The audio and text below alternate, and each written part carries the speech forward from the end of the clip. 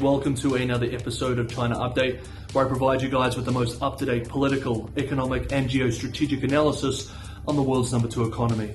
My name is Tony. Let's jump in. Okay, happy Tuesday everybody. First up, let's continue with our ongoing coverage of the housing crisis.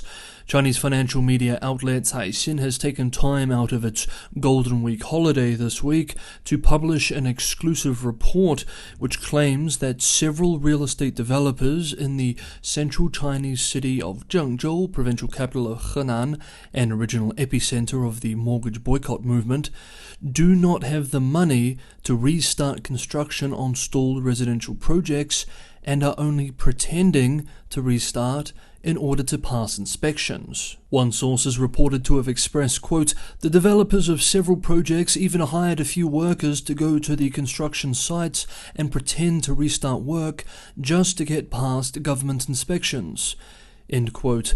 The report is somehow both shocking and yet still unsurprising. The respected financial outlet writes, citing multiple sources, both within government and within the industry, that since the local government told lower-level officials and property developers last month to restart construction on all stalled properties by October the 6th, which is this week, work has yet to resume on nearly 40% of all suspended projects. Quote, "This shows the challenges that local governments in China may face trying to revive an industry which has been hamstrung by funding shortages and disappearing confidence, as illustrated by the city's position as a hotspot for the recent wave of mortgage boycotts across the country," end quote. As we have explored in previous videos, many builders, indebted and short of cash, cannot finish the property projects they sold in advance to home buyers. In late June, buyers threatened to stop making mortgage payments until the projects were completed. This movement quickly grew, forcing a shocked Beijing to commit billions of dollars in a huge bailout to get the houses finished in order to prevent a wider financial crisis. However, as we have also explored, the funds are simply not enough, and despite some local governments even threatening developers with criminal investigation if they do not get back to finishing apartments, some firms are simply insolvent and cannot continue with construction. As this Caixin report suggests, all they can do is pretend to be resuming work in order to meet the 30-day ultimatum to resume construction on all suspended projects. This is very much an example of what happens when economic reality meets government fiat. Many developers in Zhengzhou thus are almost wholly reliant on bailout funding at this point, with pre-sale funds having been embezzled long ago already. The Zhengzhou government is receiving funds from a 10 billion RMB, $1.4 billion local real estate relief fund, and a 200 billion RMB national real estate bailout fund to restart work on stalled projects. State-backed financing platforms are also expected to inject more funding into the projects. Now, despite all these issues identified in this report, this week the market seems to be showing some short-term excitement for more government support for the national bailout funds. On Monday, yesterday, sales in Chinese property companies jumped following a series of supportive measures announced by policymakers, with investors betting that these measures signal official commitment to builders over the long run. Quote, "We believe this adds weight to the long list of ongoing easing measures for the property sector and suggests the worst time of property tightening is likely behind us," end quote. And quote, "The measures will remarkably shore up the housing market momentum in the fourth quarter. They will help lower the replacement cost on houses and offer burden reliefs for home buyers," end quote. The Hong Kong-listed shares in the service unit of Country Garden rose as much as 14% in Monday trading. Long-for properties rose as much as 7%.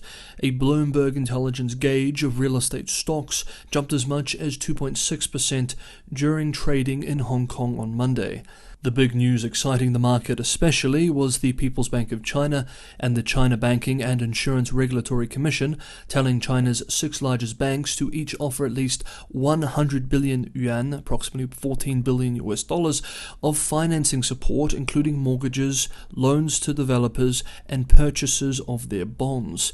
China also unveiled a rare tax incentive for home buyers on Friday, which we covered over the weekend. However, we recognize that these market bumps in developer shares are coming from a very low base, and that these policies, though expensive, are only able to reduce the risk of a wider market crash and get the relatively small stock of unfinished projects back on track, again to prevent the mortgage boycott from spreading. None of this fixes the larger systemic challenges. Quote, "These latest measures do not alter the underlying misalignment between supply and demand that's driving the property rout. Developers remain distressed with broken business models. The latest policies won't change that, nor stop the long-term decline in housing demand." End quote. Hey guys, if you like what I'm trying to do here with China Update and you'd like to help try and keep the channel sustainable, help me continue making these episodes for you guys every day, Patreon and Buy Me a Coffee links are in the description below. And if you're liking this video in particular, don't forget to hit the like button. As always, thank you so much everybody for the ongoing support. Okay, next up, as China moves towards what will likely be a historic 20th Party Congress, where General Secretary Xi Jinping receives a third term in power, one long-term challenge facing China is getting a lot of attention domestically and internationally in recent weeks: demographics. This is because, based on official numbers, demographers predict that China's population will start to shrink this year.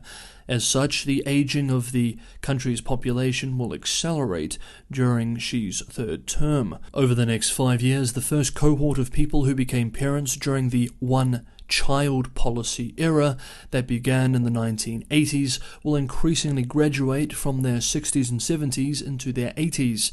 It is this age group which sees the biggest jump in costly chronic diseases, demanding more care from either the state or family, depending on the system. UK-based Japanese-owned Financial Times had an excellent report on this topic this week, providing some of the nice graphics we see here.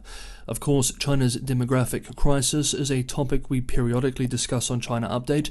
Most commentators agree that China's demographic trend is bad.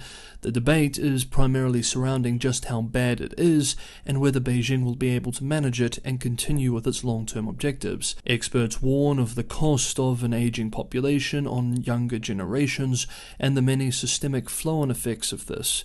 Others warn that China could lose its cost advantage in manufacturing without having transitioned to the consumption-led economic model of developed economies. With a small young workforce too, others ask, where will the demand come from? Indeed, weak demand is already a serious issue. And it is on this point of demand that we remember that some experts argue that the demographic decline in the medium term should be viewed in perspective versus other more critical challenges. For example, quote, "China's demographics are certainly challenging, but the biggest problem its economy faces is its very weak and unhealthy domestic demand, and its consequent over-reliance for growth on trade surpluses and very questionable additional investment in property and infrastructure." End quote. Pettis continues by observing that China's main economic challenge, in other words, involves its ability to shift demand towards domestic consumption without facing the political disruption and much slower growth that this kind of shift has already entailed. One of the most obvious ways of doing so, of course, involves a reform of its pension system, which really means an increase in pensions. This was always likely to be a politically hard thing to accomplish, but China's aging population may actually increase the political pressure of doing so, Pettis argues. My point is not that China's rapidly aging population isn't a problem. It is, because it means an increasing burden on the working age population. But China has a much more important problem it must resolve more urgently: the very low household share of GDP. That's why, to the extent that the threat of an aging population forces Beijing's policymakers to speed up the transition towards a more balanced distribution of income, China's aging population may actually have a silver lining. End quote. We will see. Of course, an aging population and the demographic challenges facing China is a complex, ongoing and long-term process, one that we will continue to follow here on China Update. Okay, that is today's episode. Thank you so much everybody for watching. I will see you all tomorrow.